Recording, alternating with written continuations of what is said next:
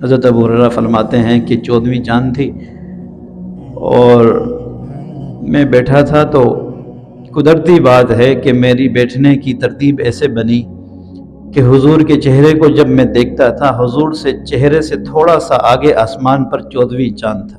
فرماتے ہیں کہ میں نے اس بات کو دل میں محسوس کیا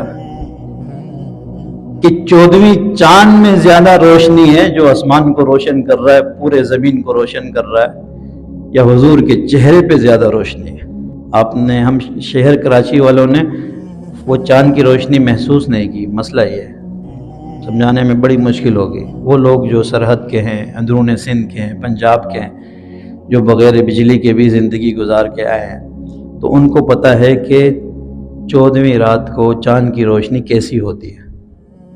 ہماری ایک دعوت تھی ایک گاؤں میں، بجلی کچھ نہیں تھا، موسم بہت اچھا تھا، ایسے چارپائیاں ڈال کر بیٹھے ہوئے تھے۔ یقین کریں اگر کوئی کتاب بھی مل جاتی اس کو آرام سے پڑھا جا سکتا تھا، اتنی روشنی ہوتی ہے چاند کی۔ ایسی زمین پر کرنیں برستی ہیں، ایسی روشنی ہوتی ہے، پورے آسمان روشن ہوتا ہے، پورا آسمان ایسے لگتا ہے آسمانوں میں دن ہے، اور عجیب سی روشنی ہوتی ہے زمین پر، کسی بلب یا لائٹ کی ضرورت نہیں پڑتی۔ تو آپ جب کسی چیز کا موازنہ کرتے ہیں تو کیا کرتے ہیں؟ دونوں ہاتھوں میں فرق دیکھنا ہے تو کبھی اس کو دیکھتے ہیں، کبھی اس کو دیکھتے ہیں، کبھی اس کو دیکھتے ہیں، کبھی اس کو دیکھتے ہیں۔ کہتے میں نے اس بات سے فیصلہ کیا، جب میں چاند کی طرف دیکھتا تھا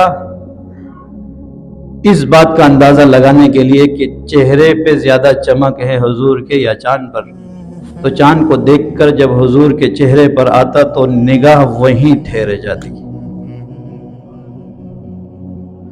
کہتے دوبارہ نگاہ چاند پر نہیں جاتی۔ تو یہ دورانیہ دیر ہونے کی وجہ سے میں نے اس بات کا فیصلہ کیا کہ وہ چاند کی روشنی کم ہے جو 14ویں کا چاند ہے، اور میرے حضور کے چہرے کی چمک زیادہ ہے۔ اللہ اکبر! کیونکہ وہ چاند کی روشنی تو پھر خطیبوں نے اس کو عجیب سا جملہ کہا وہ چاند کی روشنی تھی جو آسمانوں پر اور زمین کے ذروں پر روشنی کرتی تھی، اور حضور کے چہرے کی روشنی صحابہ کی آنکھوں سے ہوتے ہوئے دلوں کو منور کرتی تھی۔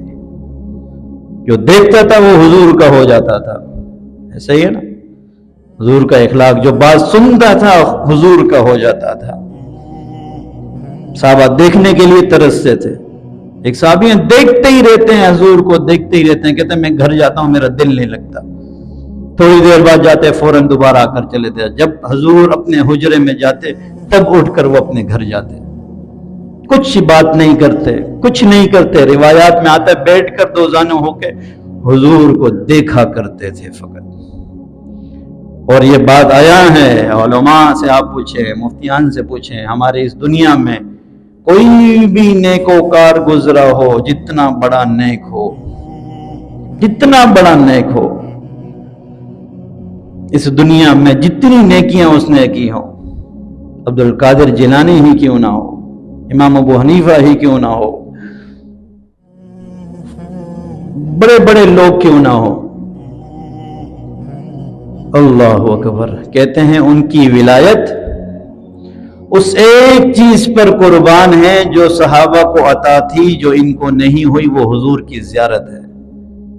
ایک ادنا سا بھی صحابی جس نے کبھی روایات نہیں کی، حدیث نقل نہیں کی، کوئی نیک اعمال نہیں ہے، کسی غزوہ میں نہیں گیا، کوئی جنگ میں شریک نہیں ہوا، کہا اس صحابی نے حضور کی زیارت کی ہے، وہ تمام اولیاء سے بڑھ کر ہے حضور کی زیارت کی وجہ سے۔